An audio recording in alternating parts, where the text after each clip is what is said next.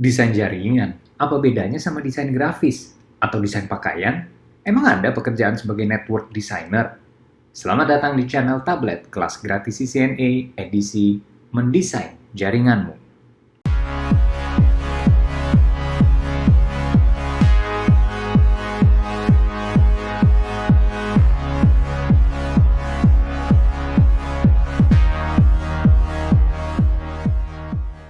Masih ingat cerita Avenger di video sebelumnya? Bagaimana si Iron Man mengganti hub menjadi switch yang akhirnya mereka bisa berkomunikasi dengan aman dan cepat? Sekarang mereka puas dengan kinerja switch, makanya sistem komunikasi mereka sekarang semua menggunakan switch. Nggak lama, ada penambahan anggota Avenger. Situ ada Thor, kemudian nambah Hulk, kemudian, sorry, ternyata port switch-nya habis. Tentu si Tony Stark itu cukup pintar, bukan? Dia punya ide dan dia menambahkan switch lagi ke dalam jaringannya dan terhubung pula lah si Black Widow, kemudian ada Groot, kemudian ada Hawkeye, kemudian walah, kurang lagi ternyata port switch-nya. Well, karena si Tony Stark itu kaya, maka dengan mudah dibelinya lah Switch agar bisa berkomunikasi dengan anggota baru lainnya, yaitu ada Spider-Man dan ada Doctor Strange. Singkat cerita, Hulk secara tidak sengaja menginjak sebuah kabel, nih kabel yang ini nih. Namanya juga Hulk ya, kabel yang diinjaknya itu langsung putus dan terjadilah masalah yang baru. Semua yang terhubung di jaringan baru tidak bisa dihubungin, yaitu grupnya si Black Widow dan grupnya si Spider-Man semuanya tidak bisa berkomunikasi. Nilai moral dari cerita ini adalah jangan pernah mendesain jaringanmu secara daisy chain. Arti daisy chain itu switch 1 nyambung ke switch 2, switch 2 nyambung ke switch 3, dan seterusnya seperti sebuah rantai. Karena kalau kamu membentuk yang namanya daisy chain ini, kamu membentuk single point of failure. Satu rusak, banyak yang lainnya di belakang rantai itu akan rusak. Jadi, peraturan nomor 1 dalam mendesain sebuah jaringan adalah sebuah jaringan itu harus resilient. Atau bahasa Indonesianya, apa ya? Bisa bertahan atau cepat recover. Nah, itu dia. Jadi dia bisa cepat recover apabila ada masalah. Lalu, bagaimana solusinya untuk masalah Avenger ini? Avenger-nya bingung, maka mereka memutuskan untuk menyewa seorang network engineer. Disinilah kalian, sebagai lulusan kelas CCNA Tablet ID, akan mendapatkan panggilan dari Avengers. Karena Tony tahu nih, lulusan Tablet ID itu pasti pinter-pinter. Setuju nggak? Oke, singkat cerita, kalian datang dan memperkenalkan desain jaringan berstruktur. Kalian menyarankan ke Tony Stark dengan mengatakan, Pak Tony, kayaknya lebih baik kalau kita pasang switch yang bagus aja nih di sini. Dan switch ini disebut sebagai core switch. Fungsinya itu sama seperti namanya, yaitu sebagai core atau pusat dari jaringan komunikasi Avenger. Dari core switch ini akan terhubung semua perangkat-perangkat yang krusial. Misalnya, ada server email, ada server database penjahat, terus ada server web untuk websitenya Avenger, terus ada printer, ada juga router untuk bisa koneksi ke internet. Lalu, dari core switch ini juga akan terhubung switch lain yang disebut sebagai access switch. Ini adalah switch yang terhubung ke semua perangkat end user seperti PC, laptop, telepon, dan access point untuk wireless access. Dan Pak Tony, kalau si Om Hulk itu nggak sengaja nginjek kabel lagi, kalian akan menyarankan gini, bagaimana kalau kita buat koneksinya itu redundant, alias koneksinya itu punya backup juga. Nah, Tony kan orang pinter, dia setuju sih pada dasarnya sama desain kalian, tapi dia jadi bertanya, oke, kalau misalkan core switch-nya yang rusak itu gimana? Lalu kalian menjawab, nah kalau begitu apabila Pak Tony itu rela merogoh kocek lebih dalam lagi, gimana kalau saya tawarkan redundant core switch juga? Jadi di sini ada core switch yang kedua. Dari setiap core ini akan ada koneksi ke setiap akses switch yang ada juga. Dan antar core switch ini akan ada redundant atau backup link juga. Jadi semua koneksi itu terproteksi. Apabila hanya satu akses switch yang bermasalah, maka ruang lingkup akses switch yang rusak itu saja yang akan terganggu. Sementara sisa pengguna lainnya akan tetap bisa terhubung. Selamat, sahabat tablet telah berhasil menjelaskan ke Tony Stark mengenai two-tiered architecture design. Desain jaringan yang berhasil memenuhi peraturan desain yang nomor satu tadi yaitu resilient atau mudah recover. Tapi tidak hanya itu. Dengan konsep jaringan ini, kalian juga sudah menjawab syarat desain jaringan yang bagus nomor 2, yaitu jaringan itu harus scalable, alias bisa mudah diekspansi kalau ada penambahan. Contohnya, bila ada anggota Avenger yang bertambah, tinggal nambah satu akses switch lagi di sini, dan hubungkan akses switch ini ke semua core switch yang ada. Dengan ini, HQ Avenger kembali beroperasi dengan baik dan lancar, semua berkat sahabat tablet semuanya. Melanjutkan kisah Avengers tadi, ternyata jaringan mereka itu bertambah besar karena sekarang komunikasi mereka itu tidak hanya dalam kantor HQ Avenger saja, tapi sekarang juga ada tim S.H.I.E.L.D. yang dikepalai oleh Nick Fury. Dan contoh aja, mereka juga harus berkomunikasi dengan Asgard misalnya. Itu planet asalnya si Thor. Dan kita asumsikan saja nih ya, masing-masing kantor, baik yang di S.H.I.E.L.D. maupun yang di Asgard, itu sudah menerapkan desain 2 tier yang sama, seperti halnya yang ada di Avenger. Dan kalau kita mau mengaplikasikan fungsi redundant link, maka kita itu harus menghubungkan semua core switch dari setiap kantor satu dengan yang lainnya secara mesh. Ingat di video topologi yang pertama, arti kata mesh adalah semua itu saling terhubung. Berarti dalam contoh ini, switch yang ada di kantor Avenger harus terhubung ke switch-switch yang ada di kantor S.H.I.E.L.D. seperti ini, dan juga harus terhubung ke switch-switch yang ada di kantornya Asgard. Nah, tidak hanya itu, switch yang ada di kantor S.H.I.E.L.D. juga harus terhubung semuanya ke kantornya Asgard. Oke, coba teman-teman lihat. Pusing kan?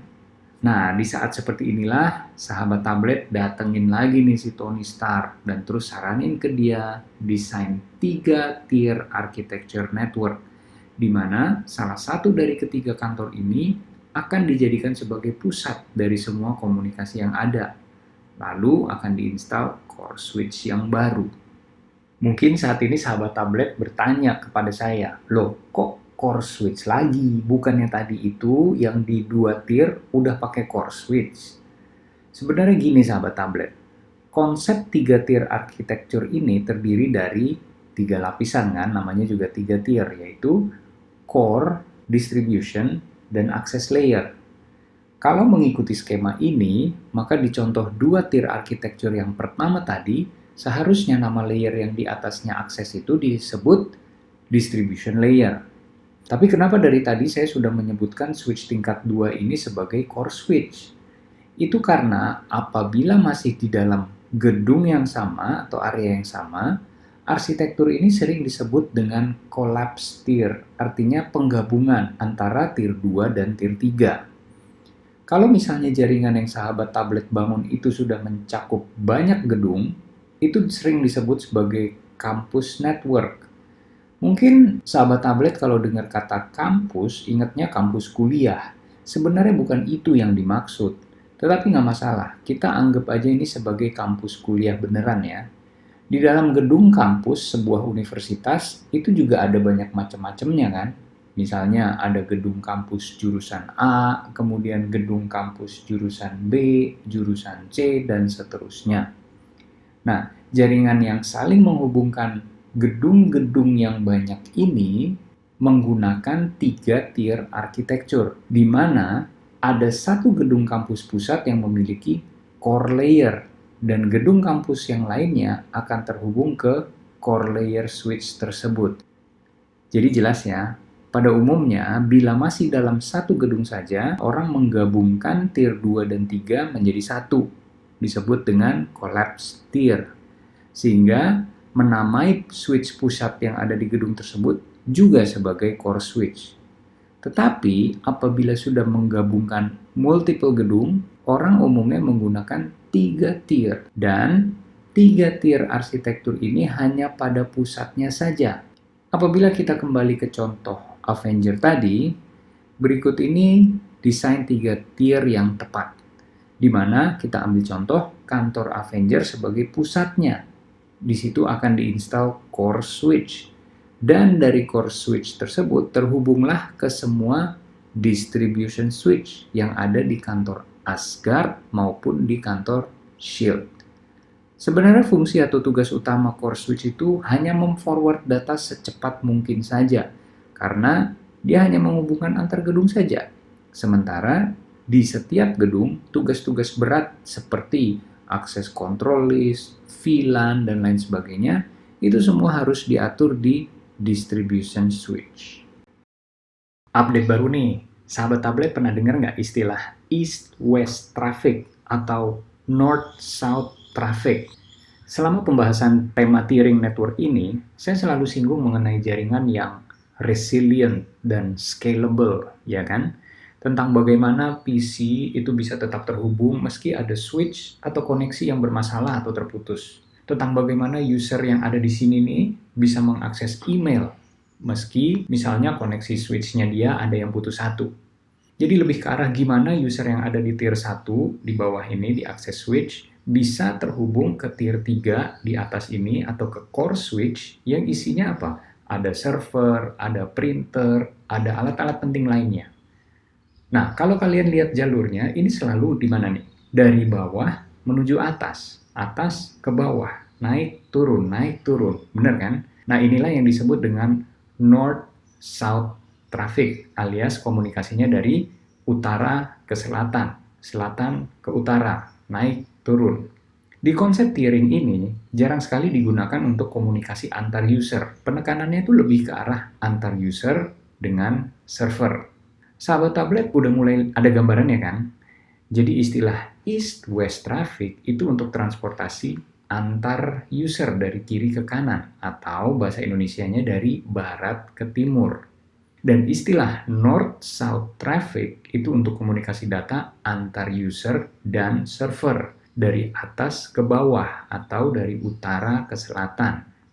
Saya lihat ada sahabat tablet yang sekarang angkat tangannya sambil bertanya, "Bos, itu buat apa bos? Dan kegunaannya di mana?" Nah, buat orang-orang tersebut saya kasih jempol buat pertanyaannya. Kalau sahabat tablet lihat baik-baik, di tier 2 maupun di tier 3 network ini, investasi peralatannya mahal nggak kira-kira? Pasti mahal dong ya. Bayangin aja, kalian harus membeli perangkat sebanyak minimal 2 biji. Itu buat master dan buat backupnya. Kalau ini terjadi pada sebuah perusahaan startup yang belum ada dananya, bagaimana cara mereka investasi sebesar itu? Nah, di zaman sekarang ini, investasi itu sudah bisa dialihkan ke yang namanya cloud. Kalau sahabat tablet belum pernah dengar istilah cloud, itu sebenarnya adalah data center yang menyediakan layanan penyimpanan atau server-server aja.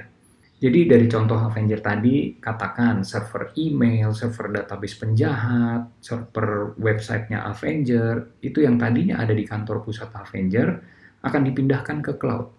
Perusahaan data center sudah menyiapkan server-server yang canggih, dan di dalam data center itu, server-servernya terpisah semuanya. Misalnya nih, ada satu server yang speknya canggih banget, situ dijadikan virtual machine untuk menjalankan web service-nya Avenger. Tapi dia juga punya server lain yang spek hard disk-nya mungkin besar sekali untuk penyimpanan database penjahatnya. Jadi kalau ada Avenger mau lihat website dan buka database penjahat, dua server ini saling bekerja sama. Nah, sahabat tablet lihat kan, komunikasi antar dua server ini kemana? atas bawah alias north-south, atau ke kanan ke kiri alias east-west? Ya benar, ke kanan dan ke kiri. Nah, untuk mengakomodir ini, maka dibentuklah arsitektur khusus buat jaringan data center yang disebut dengan spine leaf architecture. Spine leaf itu hampir mirip dengan dua tier. Cuman bedanya, antar distribution switch ini mereka tidak saling terhubung. Tujuannya agar antar server komunikasinya hanya perlu satu hop atau loncatan aja. Contohnya di sini nih, server A mau terhubung ke server B, dia cukup nih, 1 sampai. Begitupun server B mau ke server C misalnya naik 1 sampai. Dan yang kerennya lagi, teknologi ini bisa melakukan yang namanya load balancing. Jadi trafiknya itu bisa terbagi ke dua hop yang berbeda. Jadi itu akan mempercepat komunikasi dan menghilangkan yang namanya bottleneck alias kemacetan saat melakukan transfer data. Jadi kesimpulannya, istilah 2 atau 3 tier itu biasanya digunakan pada arsitektur jaringan enterprise atau bisnis skala besar. Tetapi istilah spine leaf arsitektur itu biasanya digunakan pada jaringan di data center. Saatnya review. Oke. Saya harap sahabat tablet semuanya mau sama-sama mempause ya setelah setiap pertanyaan saya lontarkan. Ini tujuannya supaya sahabat tablet juga sama-sama mereview dan sama-sama belajar. Oke, kita lanjut. Pertanyaan pertama. Kenapa dalam desain 2 tier, switch distribution sering disebut sebagai core switch? Oke, pause. Jawabannya adalah karena pada 2 tier ini, fungsi dari tier yang ketiga itu juga dijalankan di tier kedua. Jadi mereka mengkombinasikan tier 2 dan tier 3 yang disebut dengan collapse tier. Ya, mereka mengkombinasikannya menjadi satu. Jadi switch yang ada di sini ini sering disebut juga sebagai core switch. Pertanyaan kedua, apa yang dimaksud dengan campus network? Oke, campus network itu adalah jaringan yang mengakomodir atau menghubungkan banyak gedung, sehingga di sini pada umumnya akan menggunakan desain 3 tier dengan core switch yang menghubungkan switch distribution dari setiap gedungnya.